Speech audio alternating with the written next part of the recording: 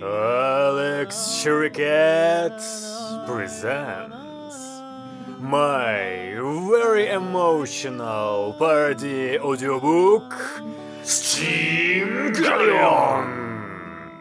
Roles played by Соня Иванов, Cindy Ikari, Marina Kalina, Misato Katsuragi, Rima Kageichi, Ritsuko Akagi, Commander Ivanov, Gendo Ikari, Raya Yanama, Rei Ayanami, Hanka Litvinenko, Asuka Langley, Ali Katzman, Aida Kensuke, Toya Suzuhara, Todzi Suzuhara, Roma Kazi, Ryuji Katsu. First season, 10th episode.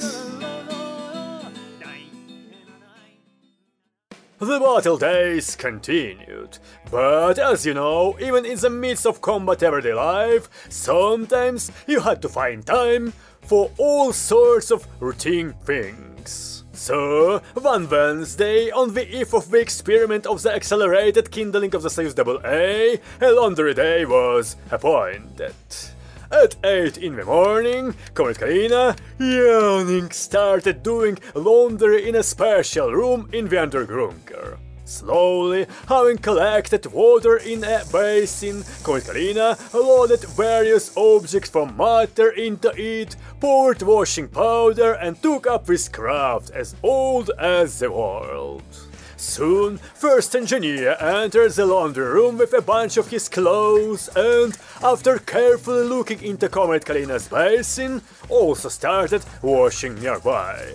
Further, second and third engineers appeared and, for some strange reason, looked intently at the objects being washed by Comrade Kalina. She even stopped and looked at the man with incomprehension. But then, she returned to her job again. Finally, Comrade Akagevich stepped into the laundry room. "Good laundry morning, comrades," she said, throwing an armful of her clothes on the bench next to Comrade Kalina and looking intently into Comrade Kalina's basin. "Good," Comrade Kalina answered, already starting to get angry and wringing out her shirt with force. why are you all looking into my basin? Comrade Akagevich giggled and said, "No special reason?" No? Comrade Kalina roared. Again, damn Shurikat makes me look like a fool! "He doesn't make you look like a fool. I think he loves you the most." When what $1 are you smiling like what? So, you would prefer that I greet you with tears? Comrade Kalina paused, looking incredulously at her friend's eyes. And then she went back to doing laundry. A few more minutes passed and Comrade Ivanov appeared in the laundry room, carrying a neat stack of uniforms and whistling cheerfully. After greeting everyone, he walked past Comrade Kalina and, as if by chance, looked into her basin. Comrade Kalina immediately flared up and barked. And you are in the same direction! Comrade Akagevich burst out laughing and almost knocked over her laundry. Comrade Ivanov, obviously holding back his laughter, asked, "What's wrong, Comrade Kalina?" I should ask you all what's wrong! Scooping up soapy water, Comrade Kalina suddenly boldly splashed Comrade Ivanov in the face. "What do you allow yourself in relation to a senior in rank?" He was indignant, having managed to defend himself with his palm. Everyone is equal in the laundry! "What? Get ready!" Having taken the basin from first engineer, Comrade Ivanov threw all its contents at Comrade Kalina, dousing her from head to toe. Comrade Kalina did not remain in debt and did the same using Comrade Akagevich's basin. Comrade Ivanov took cover behind the washstand and opening the handles of the mixer to the fullest by covering the opening of the gander began to pour water on Comrade Kalina. Part of this hit Comrade Akagevich, and she, having instantly stopped laughing, also joined the battle. In view of poor fire training, the elements of clothing thrown by Comrade Akagevich hit the engineers, and as a result, the whole company entered the battle. 20 minutes have passed. All 6 of them, wet from head to toe and heavily adorned with soapy suds, sat on the floor and rested among the clothes scattered all over the laundry room. The laundry day was a success. Comrade Ivanov summed up, wiping his glasses. Listen, Genich. Comrade Kalina said, breathing heavily. So, after all, what did you all need in my basin? Comrade Ivanov barely closed his eyes and confessed. Your underwear with a succulent hammer has already become a legend. Everyone wanted to see it with their own eyes. Comrade Kalina clenched her fists and gnashed her teeth. And goddamn girl. It's your own fault, Senior Lieutenant. The stupid history of the Communist Party is no reason to deprive the excursion. I remember how I begged the teacher to give you a credit for the exam. The whole world is against me. Comrade Kalina said in the end. It was Thursday. So, Comrade Agevich said, standing in the middle of the command center, which was not attended only by Comrade Kalina and Comrade Kazin. Let's start the experiment on the accelerated kindling of Soyuz AA. Third engineer, start the smoke exhauster and the fan. Yes, ma'am. Start the smoke exhauster and the fan, reported third engineer. There was a growing rumble of electric motors, and the indicators of some instruments twitched. Air pressure is normal. Vacuum is normal. Second engineer, ignition. Yes, ma'am. Ignition. Confirm spark discharges. First engineer, the oil valve to the first nozzle to open. Yes, ma'am. The oil valve to the first nozzle to open. I confirm the presence of a flame, reported second engineer. I turn off the ignition. Well, the oil valve to the second and third nozzles to open. Yes, ma'am. The oil valve to the second and third nozzles to open. Looking at the blinking lights of above electrically operated valves, Comrade Agevich said, Excellent. 3 nozzles are enough for now. Third engineer, how is the combustion according to the smoke analyzer? The degree of transparency of the exhaust gas is 70%. Bring to 75 and hold. Yes, ma'am. To 75 and hold. Imagining all of the above, we all could see that the beginning of the experiment was going well, and so far the participants had only to monitor the increase in pressure in the boiler. This process, even with the current accelerated kindling, was not supposed to be fast, and therefore, in order to somehow kill the waiting time, Komedionov said, Comrades, parliamentary elections next week.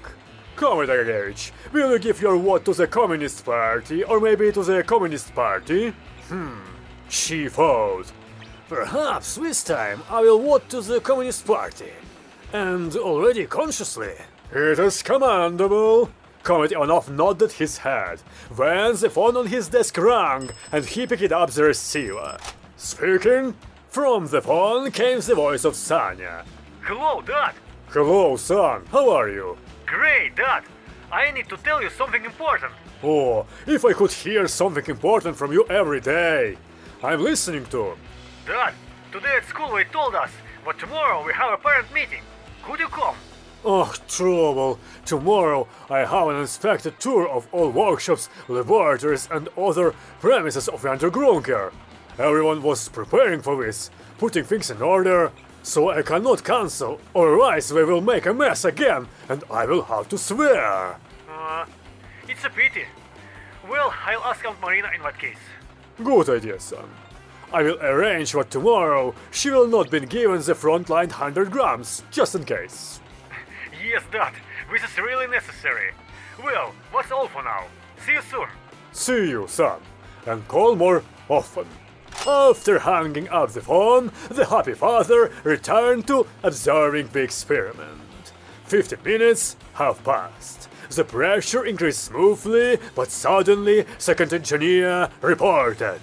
Comrade Gagevich, there's an unexpected thermal displacement of the boiler! Extraneous noise in the form of crackling! Stop the boiler! Comrade Gagevich immediately ordered herself and rushed to the remote stop button of the boiler. The flame in the furnace went out and the fan and the exhaust fan began to quickly slow down. Comrade Gagevich pulled herself hair and said, "Did the windshield crackle again? Let's reduce the fuel oil pressure by 5% and try again!" While glorious experimenters were engaged in mockery of machinists, Comrade Kazin, with some apprehension, approached the main building of Evangelion on a bicycle. Having parked his bicycle and secured it with a padlock, Comrade Kazin headed towards the entrance. And then his soul just went cold, because he heard the roar of an engine. He turned his head and see the approaching bright red Pobeda car. Mom! Comrade Kazin cried and rushed to the entrance. Comrade Kalina, who accelerated the vehicle precisely because of the visual fixation of her old friend, made a stop in her style and without wasting a moment rushed to the entrance door, which had just slammed. Having flown into the corridor, Comrade Kalina saw the open doors of the elevator, into which Comrade Kazin, pale with horror, jumped in, already desperately poking at the buttons of the control panel. Continuing her sprint, Comrade Kalina yanked the submachine gun off her back and hurled it across the floor.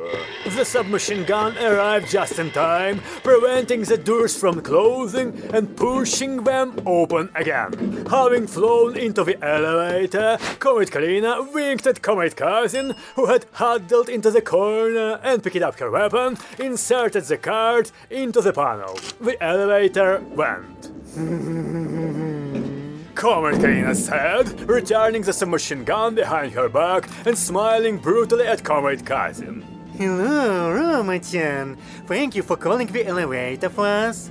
How are you feeling? It was so beautiful until I saw your face. Comrade Kazin snapped. Oh, I'm glad I helped.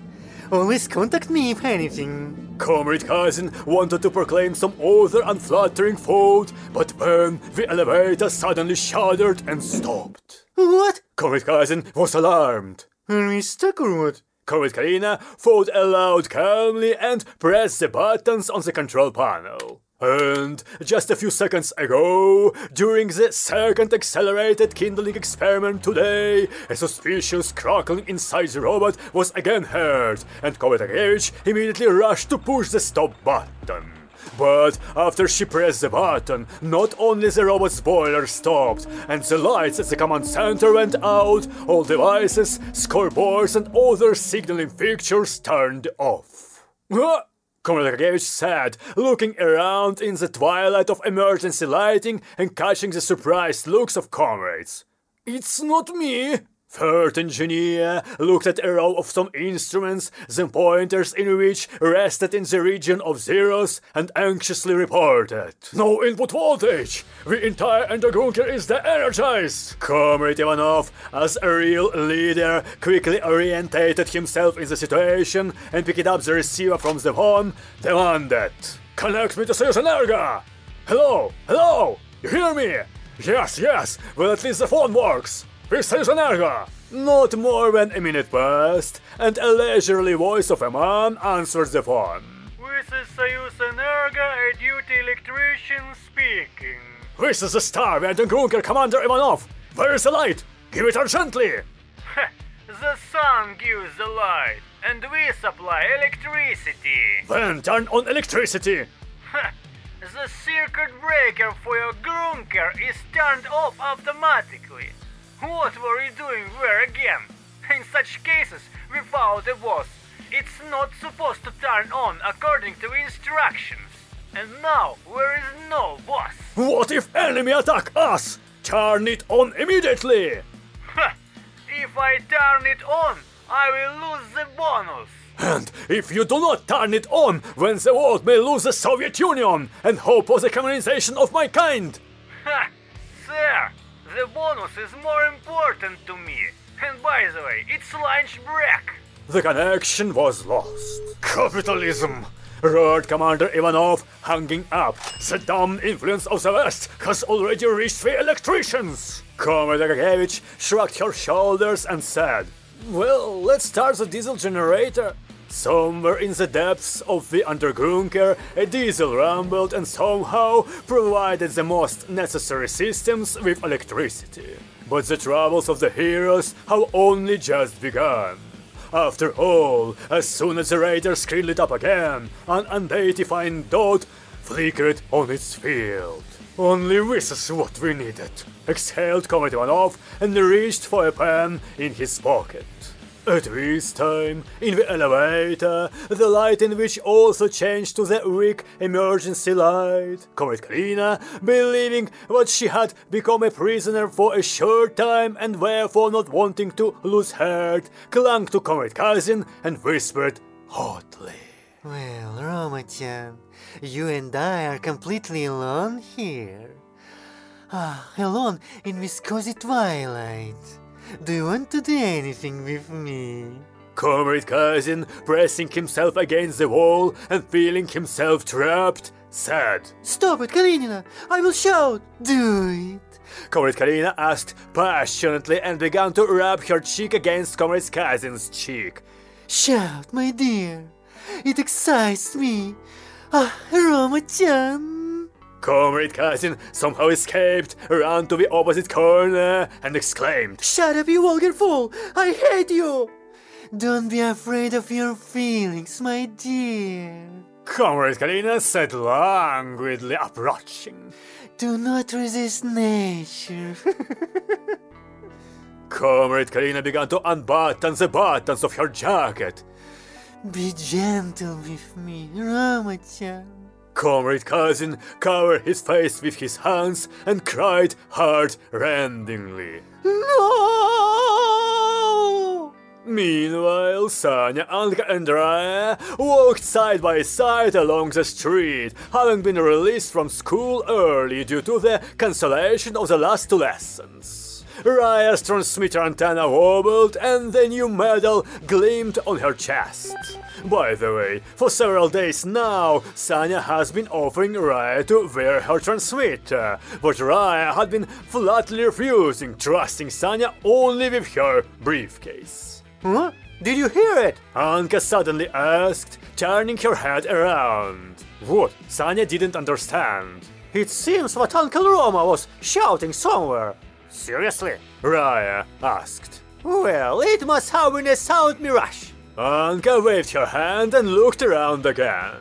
Listen, where are all the people? And there are no vehicles around for some reason? It's strange. Raya said, glancing over the highway.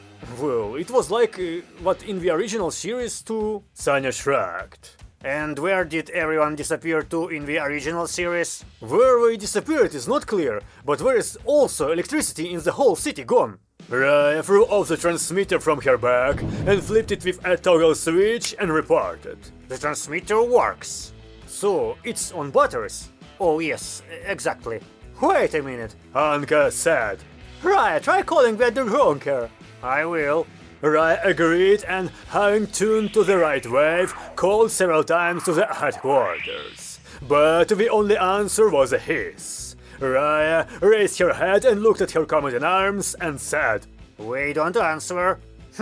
Anka became quite serious and asked, What does the combat manual say in such cases?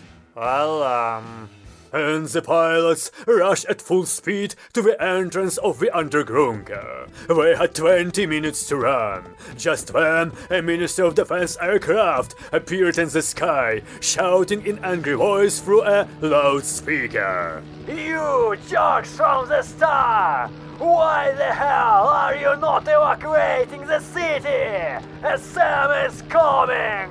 Oh my Kremlin! Sanya exclaimed. Girls, hurry up! Raya, give me your transmitter! I won't give it. Raya refused. Even without it, look, behind us. Finally, the pilots reached the barrier, blocking the entrance to the man-made cave of the star. Anka rushed to open it, but Sanya stopped her and said, approaching the barrier. Galю, this is the business of men, even beginners. Sanya tried to leave the straight beam of the barrier, but nothing came of it. He started trying again and again. It won't work. Raya said. Where's a special lock there? You can't open it without electricity. What should we do? Anka thought aloud, looking around in confusion. Raya went to the right of the tunnel blocked by barrier and suggested, Let's go for the sewers. While all this was happening, in the Undergrunker, all of its service personnel, like barge haulers on the Volga River, were preparing sails for battle, working by flashlights and candles. It's good. Comrade Ivanov breathed out together with the engineers and Comrade Akagevich pulling the rope and freeing Anka's robot legs from the fasteners. But at least we don't have capsules for pilots. Yeah, Comrade Akagevich assented. But we still won't be able to raise the robots to the surface. There won't be enough diesel for our lifts. We'll have to take the fight below. The main thing is to prevent the SAM from reaching the very underground bunker. What's right? Comrade Akevich nodded and redoubled her efforts. And I hope the children remember what the combat manual prescribes. And the children, who thanks to Raya remembered one of the most important rules of the combat manual, were already running along the stone sewer corridors through the darkness and local aromas. Sanya raced ahead of everyone, not letting the ladies go ahead, even after they threatened him, but they would beat him for not recognizing them as equals. A flashlight was on his hand. Behind the children there are already 4 forks, 15 turns and even 2 dead ends. A lonely ray of light hit the wall again. Fumbling along the wall, the ray found the inscription, "I've been here." A dead end again, Sanya said. Raya allowed herself to remark, I think we got lost. Anka shivered and looking around, timidly said, taking Raya by the elbow. I read what were Ninja Turtles in the sewers. Small. Raya called, gently moving away from Anka. Shine again on the inscription on the wall. Sanya did as Raya asked. She nodded her head and said, Looks like we are somewhere near the target. This is Comrade Kalina handwriting. It is! Only she writes the letter I so arrogantly. And what do we get from this? Anka asked. I have an idea. Raya answered and moved back. Let's turn in the other direction, at the last fork. And the run through the sewers continued. Of course, again with Sanya at the head, since he could not afford to put even one goal in the front, despite new threats from them. Finally, in the right wall, a hole was found, covered with a sheet of iron. Raya ordered to stop, and pointing to the sheet, she said, Let's go there. Moving along the cramped hole on all fours, Sanya suddenly noticed a faint light falling from above. Girls, there is some kind of grating at the top, he reported. What can be seen there? Raya asked. Lifting his head up, Sanya saw what his gaze was directed under someone's cart. I can see what Aunt Marina is constantly talking about. Panties or what? Anka asked. With a hammer and sickle? No, with stripes. But then the owner of striped panties apparently heard the voices under her and looked down, turning out to be Rimma Akagevich. Aunt Rimma! Sanya exclaimed happily. Small! Exclaimed Comrade Akagevich. Comrade Ivanov, the pilots have arrived! And on the surface, new mighty Sam, named Franklin, dragging a huge bottle on his back, was already making his way through the center of Muscovy. There, the energized houses stood rooted to the spot, and the Sam was forced to turn one side then the other, squeezing between them so as not to scratch his paint.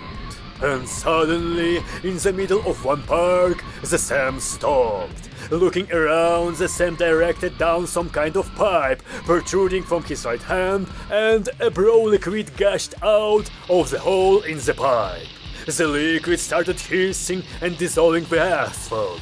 The enemy leaned over the rapidly forming giant well, watching the process with interest. And where is Kalina hanging around? Barked Comrade Gagevich, who was watching this scene through the periscope. Comrade Ivanov, it seems that this time the enemies decided to get to us with acid. It is drilling the ground with acid, along with armor plates. Drilling fast. Great trick, Comrade Ivanov approved. Remind me please to report upstairs to build another armor plate out of something acid resistant.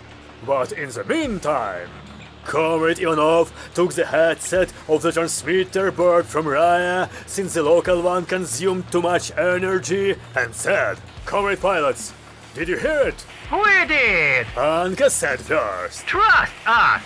Who else? Break the gate and exit the hangar. The Soyuz AB raised the mace, and Sanya said, Well, now I'll show you the art. Approaching the huge gate leading from the hangar to the cave place, the Soyuz AB swung and with the first blow tore the right door of the gate off its hinge. Radically opening the left one as well, Small turned his combat machine around and said, Follow me, please. And follow you! Anka said with some displeasure, but followed. The robots went outside, turning on their searchlights and stopped. So what now? Inquired Anka. I have a plan. Raya suddenly responded. What is the plan? Sanya asked. Raya shook off a speck of dust from the medal and said, Galio, leave the machine gun and take that door, what Small tore off. It will be useful for us. The main thing is to have time to notice where the acid will start to burn through the ceiling, and when, Small, you will stand a little to side under his place. Galio, you will jump on his shoulders with a door and put it like a roof, and I will stand under it, and when the acid has already burned a big hole in the ceiling, I will shoot up. I hope the door are enough for protection at least for a while. It's all. Wow! Anka said impressed. Rust! You are just like a commander-in-chief! No wonder you were awarded the medal! Sanya admired. Command, please! Forward, Raya ordered, and the robots scattered around the dark cave, dropping searchlights on its ceiling. Minute after minute, a quarter of an hour passed, and Anka suddenly noticed bubbles and smoke. Russ, Small! Anka screamed. I see where it burns! To me, quickly! Sanya arrived first and stopped not far from a thin stream of acid that had already reached the bottom. Standing upright, he called out, Galio, jump on me! The Soyuz AC took a firmer grip on the door, prepared itself, and deftly jumped onto the shoulders of the Soyuz AB. Swaying and with difficulty keeping its balance, the Soyuz AC lifted the door and placed it under the expanding jet. The metal hissed in displeasure. Arriving in time, the Soyuz AA stood under this impromptu roof and lifted the muzzle of the weapon to the heavens. Galio, how width is the hole in the ceiling? Raya asked. Already about 5 meters! Tell me when it's 8. Okay! And the thickness of the door melted and melted. The acid flowing from it has already gnawned out almost a trench on the stone floor of the cave. Sanya, seeing how a hole began to form on the steel door, began to worry more and more. Finally, Anka reported.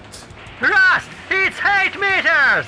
Raya made the last adjustments to her scope and fired. A huge bullet pierced the door, and the powder gases tore it out of the hands of Anka's robot, spraying acid all over the cave.